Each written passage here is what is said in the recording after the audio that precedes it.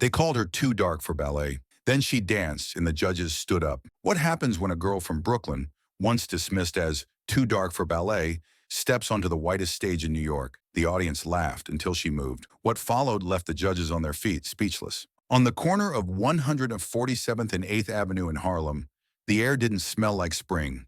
No matter what the calendar said, it smelled like metal, like concrete soaked with time, like the sweat of rusted radiators in apartments that had seen too many winters and not enough justice. Brooklyn still slept, tucked under a blanket of city dust and sirens, but Keisha James was wide awake, not to audition, not to dance, but to fight. Her mama said it flat out that morning, arms crossed in the hallway. "Girl, this ain't no dance.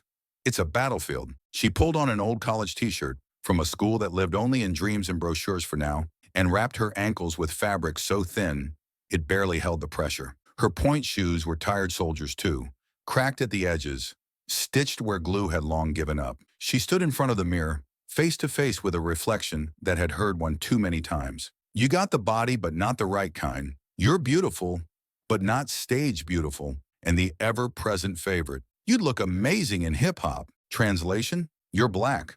Stay in your lane." But she wasn't here to entertain them. She wasn't stepping into La Lumiere, Manhattan's so-called crown jewel of ballet, to bow for a panel of powdered judges whose version of grace always smelled suspiciously like white silence. She was walking into that building to claim something they didn't even believe belonged to her, the right to be seen. The subway ride-in was hot, cramped, and loud, like always. A man with graying dreads and the scent of garlic in his coat leaned toward her and whispered with a cracked smile, "Smile, baby girl. The world loves a girl who don't know she's supposed to suffer." She didn't even look up. She knew better. Knew all about supposed tos and how fast they turn into chains. The lobby of La Lumiere didn't just gleam, it glared. It smelled like imported perfume and fresh exclusion. Every inch of it whispered luxury, but not for you. The girls inside glided across thick carpet as if they'd been born in first position, slipped out the womb doing a plie. Their leotards were custom-stitched, hair slicked to perfection. It was less ballet school and more showroom for curated perfection. Sponsored, no doubt, by some corporate shampoo line with a French name. Keisha stepped in holding her paperwork tight. A t-shirt, shorts, leggings. Nothing said audition ready by their standards, but she had the printout in hand. "You've been accepted to the in-person audition following successful online review." And in classic irony, her name was there in bold, black ink on white paper. She stepped to the desk. "Excuse me," she said firmly. "I'm here for the audition." The woman behind the desk, tall, thin, with a white blazer starched tighter than her expression, looked up slowly. Her eyes traveled across Keisha's frame like she was scanning a malfunction. "This isn't Let's Dance, sweetheart. That's television. This is serious." Keisha didn't flinch, just held up the paper. "I have confirmation I made it through the first round." The woman took the sheet, gave it one look like it had a bad smell, and forced a tight smile. "Wait here, I'll get the coordinator." She hit a button with the grace of someone calling security. Behind Keisha, the whispers began like they always do. "She thinks she belongs here? Look at her hair, natural curls. Seriously, is she wearing ribbons on those point shoes? Oh, wait, nope, no ribbons." Keisha stood tall, back straight like a spine carved from stone. Her breath came slow and tight, like she was holding in all the years she wasn't allowed to take up space. She didn't come to charm, she came to break through. The coordinator arrived in full character. Tight trousers, lips glossed in a shade of frozen peach, and a voice smoother than logic, but colder than the lobby. He scanned her like a barcode. "Name? Keisha James." A pause. "From Harlem," he said, half smirking. "Do you have a uniform? I dance in what I own. The music's mine.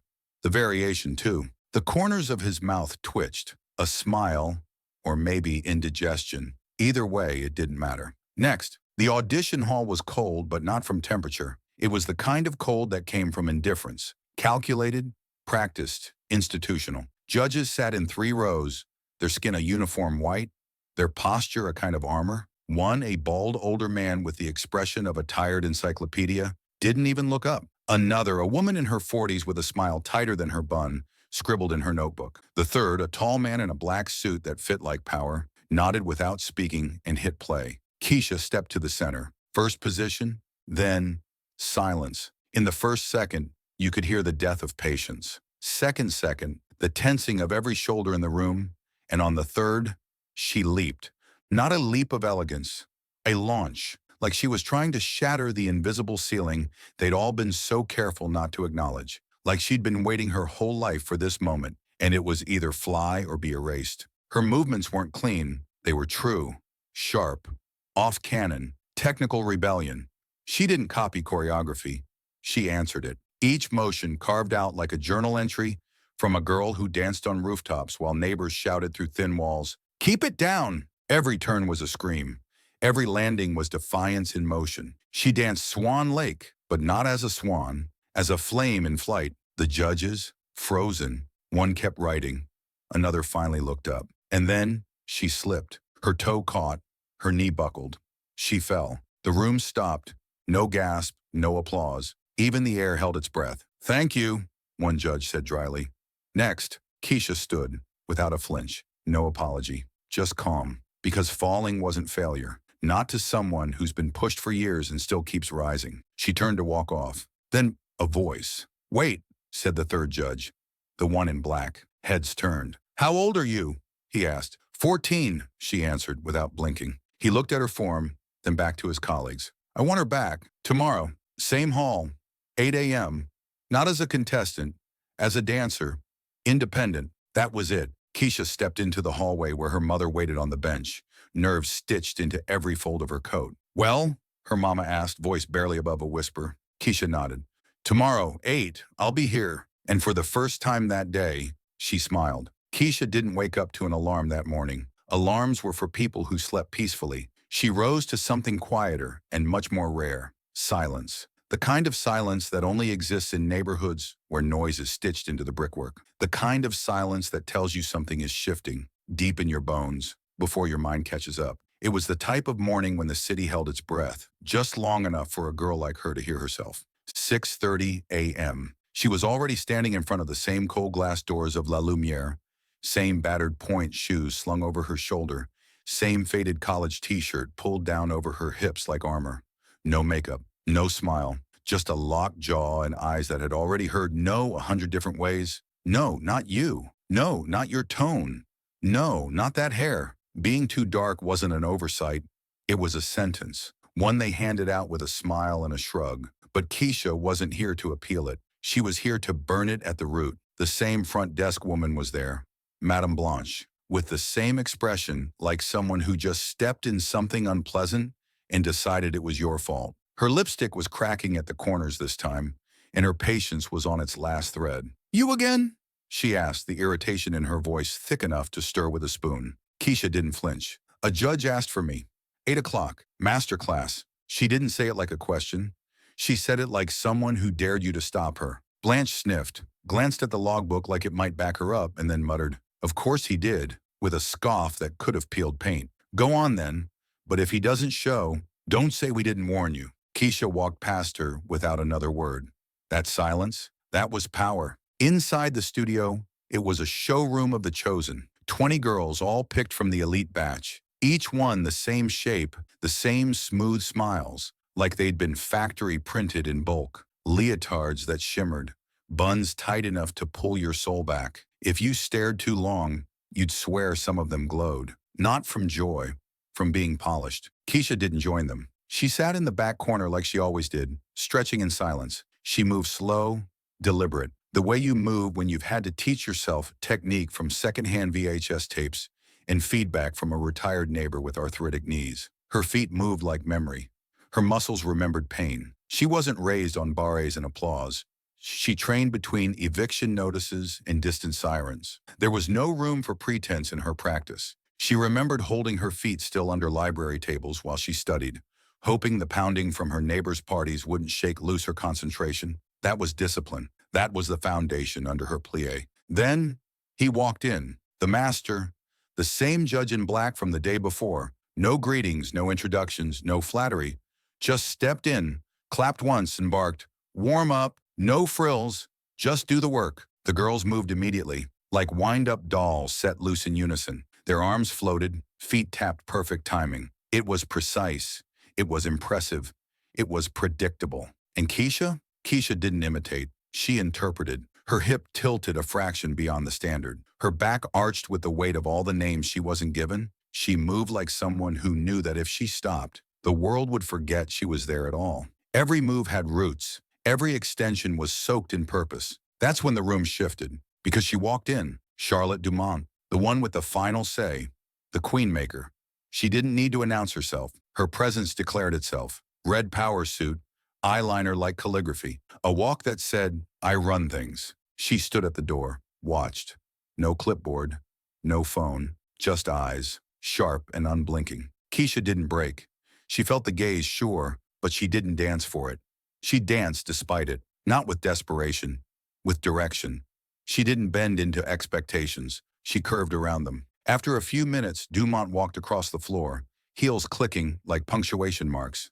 She stopped 2 feet from Keisha and asked, voice flat as paper, name? Keisha James. Age? 14. School? Freedom Movement Center, Brooklyn. Instructor? Miss Yamaguchi. Where's your uniform? Keisha looked down, then up, dead into Dumont's eyes. I'm wearing it. Dumont blinked once, then turned and walked away. Nothing else, no compliment, no critique. But Keisha felt it in her bones. She had been seen. That evening, the website updated. Finalists for the next round, 20 names.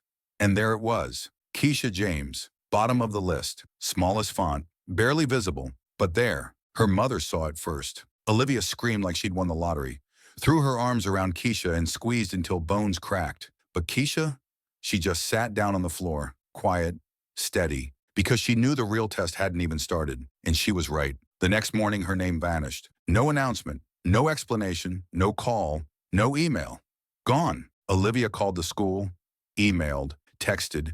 She even contacted a lawyer friend who worked night shifts sorting eviction cases. Finally, a message arrived. Participant disqualified due to technical violation of academic requirements. No details, no appeal, not even a courtesy apology, just a bureaucratic bye. Keisha stared at the screen like it had personally spit on her. That was never an error, Olivia muttered.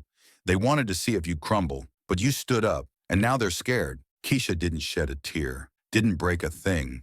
She just sat down, picked up her point shoes, and started retaping them again. She wasn't preparing for stage time anymore. She was preparing for real time. Because the real world, it doesn't come with standing ovations. It comes with doors slammed in your face and the will to climb through the window anyway. Then came the call. Unknown number, confident voice. Miss James, this is urgent.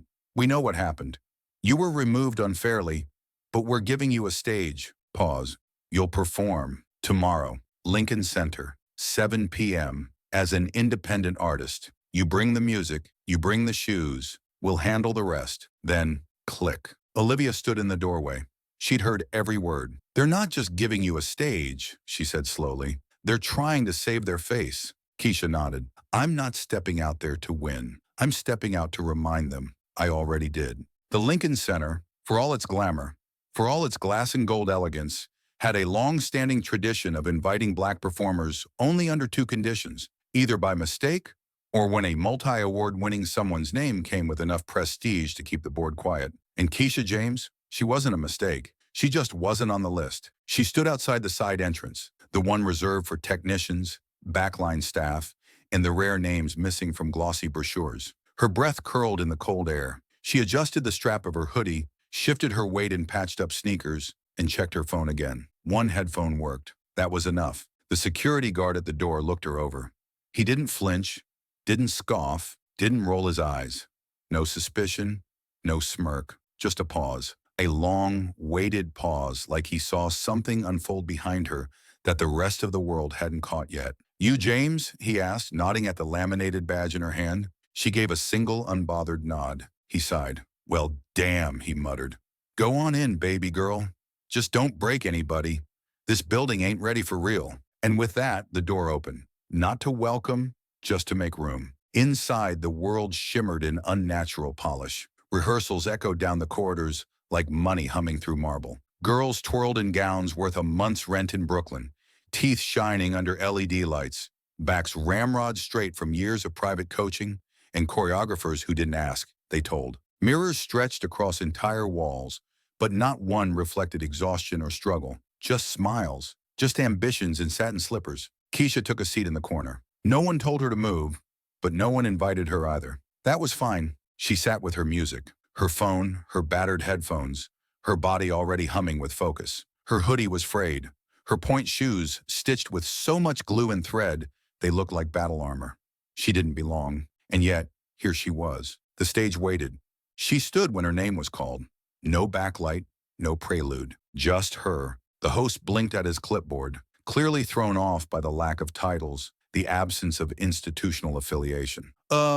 Miss Keisha James, performing a free variation, as an independent performer. The audience shifted, murmured. Some laughed, some raised brows. One or two leaned forward, curious. No music. Not yet. She took position, not the poised, pageant-ready stance, not the kind with an arched wrist and a practiced smile. She just stood, grounded, rooted like a truth too solid to ignore. Then, movement. The first motion hit like a gavel, a sharp strike that cracked the air that said, "I'm not here to decorate your evening." Her arms sliced through the quiet. Her feet pounded the stage like declarations. She twisted, turned, spun with such violence and grace, it felt like contradiction itself had been choreographed. Not a ballet, a rebellion. This was protest in motion. Every movement screamed the things she'd been told not to say. Too strong, too loud, too much. So she danced those wounds into the floor, turned every syllable of rejection into rhythm. And she fell, not by accident, on purpose. Because perfection was never her goal. Truth was, and truth hurts. It stumbles. It gets back up. The music hit, her own mix. Jazz laced with industrial grime.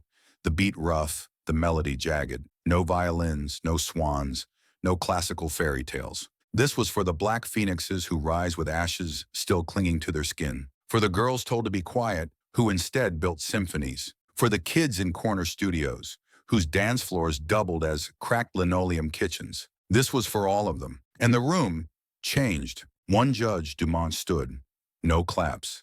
Just rose like gravity had been reversed. Then the old man in glasses followed, then another. Then, the audience. They didn't rise out of obligation. They rose because their seats became unbearable under the weight of what they had just witnessed. She stopped dancing. The music ended. She stood, soaked in sweat, exhausted, alive. Behind the curtain, no one spoke. Not the staff, not the assistants. Even Blanche, the coordinator with the attitude of a locked gate, swallowed hard like the truth had finally burned her throat. Then the host returned. No stumble this time, his voice steadied by the weight of the moment. The judges, the full commission, request that Miss James represent New York at the International Festival for Emerging Performers as a featured artist on behalf of the United States. The applause was instant, a wave, a quake. People clapped like redemption itself had stepped out from behind velvet curtains. And Keisha? She stood still, not because she was stunned, but because she already knew. She wasn't given a place.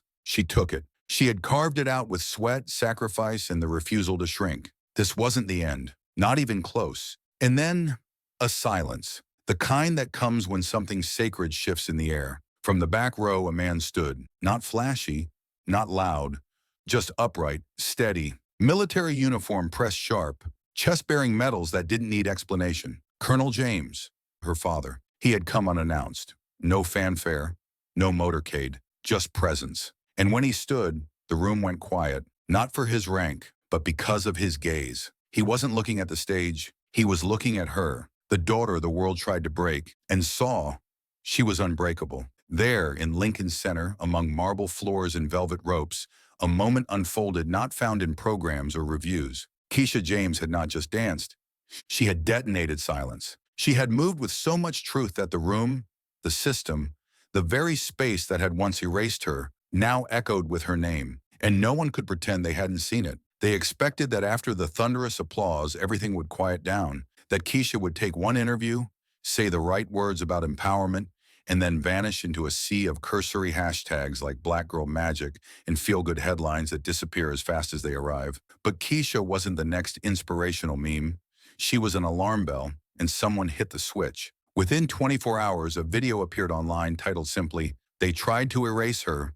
She burned the floor instead." There was no flashy editing, no voiceover, no music overlays, just raw light, ambient sound, and her figure on that stage, strong, unadorned, intense. No costume changes, no forced smiles, nothing but the voice of a body done bending to other people's expectations, finally speaking its own language. She didn't ask to be seen, she claimed visibility. 30 seconds in, the view count had climbed to 500,000. 48 hours later, it had hit the million mark. Then the phone calls started, one after another.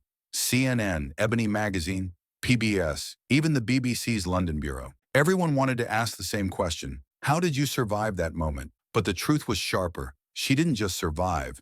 She lived. For the first time in her life, she was alive on her own terms. Olivia looked at her daughter differently that night, not like a 14-year-old to shepherd, but like a woman immune to being slowed once she decided to move. She gripped an acceptance letter in her hand, the kind that promised the world. An invitation to the International Festival for Emerging Artists in Paris. No small feat. You want to go? She asked, voice steady but her eyes flickering. I don't want to, Keisha replied.